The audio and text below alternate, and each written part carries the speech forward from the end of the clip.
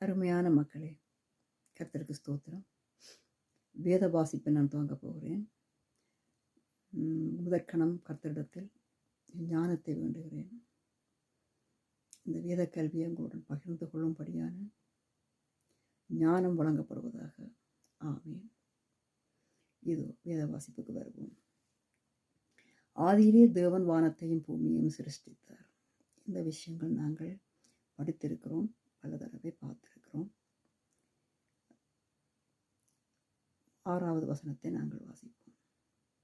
பின்பு தேவன் ஜலத்தின் மத்தியில் ஆகாய விரிவு உண்டாக கடவது என்றும் அது ஜலத்தினின்று ஜலத்தை பிரிக்க கடவது என்றும் சொன்னார்.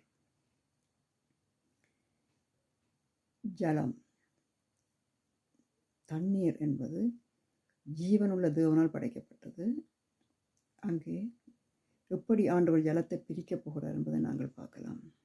தேவன் ஆகாய விரிவை உண்டு பண்ணி ஆகாய விரிவுக்கு கீழே இருக்கும் ஜலத்திற்கும் ஆகாய விரிவுக்கு மேலே இருக்கிற ஜலத்திற்கும் பிரிவு உண்டாக்கினார். அது அப்படியே ஆயிற்று. தேவன் ஆகாய விரிவுக்கு வானம் என்று பெயரிட்டார். சாயங்காலமும் விடியற்காலமும் ஆகி 2ஆம் நாள் ஆயிற்று. இப்பொழுது நாங்கள் ஜலத்தின் காரியத்தை சிந்தித்து பார்ப்போம். ஜலம் 2ஆக பிரிக்கப்பட்டது என்றால் அதனுடைய அர்த்தம், வானத்தின் ஜலம் மழையாக பொழிகிறது. பூமியில் உள்ள ஜலம் நீரூற்று, அது நீரூற்றாக இருக்கின்றது. இரண்டும் ஜலம்தான். ஆனால் தேவனால் தொடுகைப்பட்டு இரட்சிக்கப்படுகிற மக்களும் இந்த வானத்து மழை நீரை போல வித்தியாசமாயிருப்பார்கள். இங்கே வடிவாக கவனிக்க வேண்டும்.